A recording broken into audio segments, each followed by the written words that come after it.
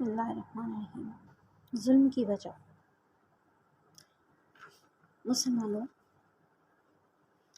یہاں صرف حق ہی کا سوال نہیں ہے، یہ سوال بھی ہے کہ خدا کی اس خدائی میں کیا انسان بادشاہی یا قانون سازی یا حکمرانی کا اہل ہو سکتا ہے؟ جیسا کہ ابھی پہلے عرض کیا کہ ایک معمولی سی مشین کے متعلق بھی آپ یہ جانتے ہیں کہ اگر کوئی اناڑی شخص جو اس مشین سے واقف نہ ہو اسے چلائے گا تو بگاڑ دے گا۔ ذرا کسی ناواقف آدمی سے ایک موٹر سائیکل ہی چلا کر دکھوا لیں، ابھی آپ کو معلوم ہو جائے گا کہ اس کا انجام کیا ہوتا ہے۔ آپ خود ذرا سوچیں کہ لوہے کی ایک مشین کا حال یہ ہے کہ جب یہ کہ کوئی صحیح علم کے بغیر اس کا استعمال نہیں کیا جا سکتا تو انسان جس کے نفسیات انتہائی درجے کے پیچیدہ ہوتے ہیں، اس کی زندگی کے تمام معاملات بے شمار پہلو رکھتے ہیں، ہر پہلو میں لاکھوں گتھیاں ہوتی ہیں اور اس کے بیچ در بیچ مشینیں اور وہ لوگ چلا سکتے ہیں جو دوسروں کو جانتے اور سمجھنے تو درکار خود اپنے آپ کو اچھی طرح نہیں جانتے نہ سمجھتے ہیں۔ ایک اناڑی جب قانون ساز بن بیٹھیں گے تو ایسے نادان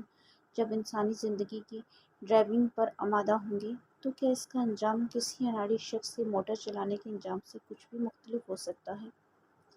یہی وجہ ہے کہ جہاں خدا کے بجائے انسان کا بنایا ہوا قانون مانا جا رہا ہے اور جہاں خدا کی اطاعت سے بے نیاز ہو کر انسان کے حکم چلائے جا رہے ہیں، انسان اس کا حکم مان رہے ہیں، کسی جنگ میں امن نہیں،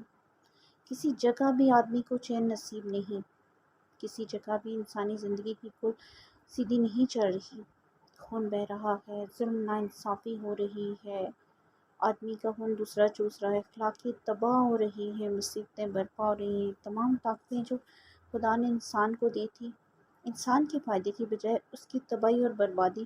میں صرف ہو رہی ہیں۔ یہ مستقبل دوزخ جو انسان اپنے لیے خود خرید رہا ہے، اس کی وجہ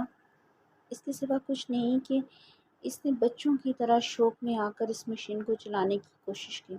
جس کے کل پرزوں سے وہ واقف ہی نہیں ہے۔ اس مشین کو جس کے بنانے میں وہی اس کے رازوں کو جانتا ہے، وہی اس کی فطرت سے واقف رکھتا ہے،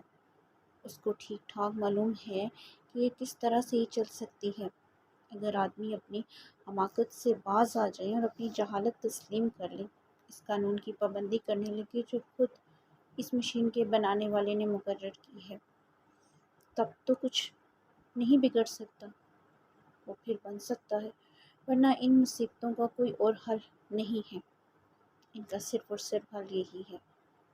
کہ انسان تسلیم کر لے کہ وہ خدا کا بندہ ہے۔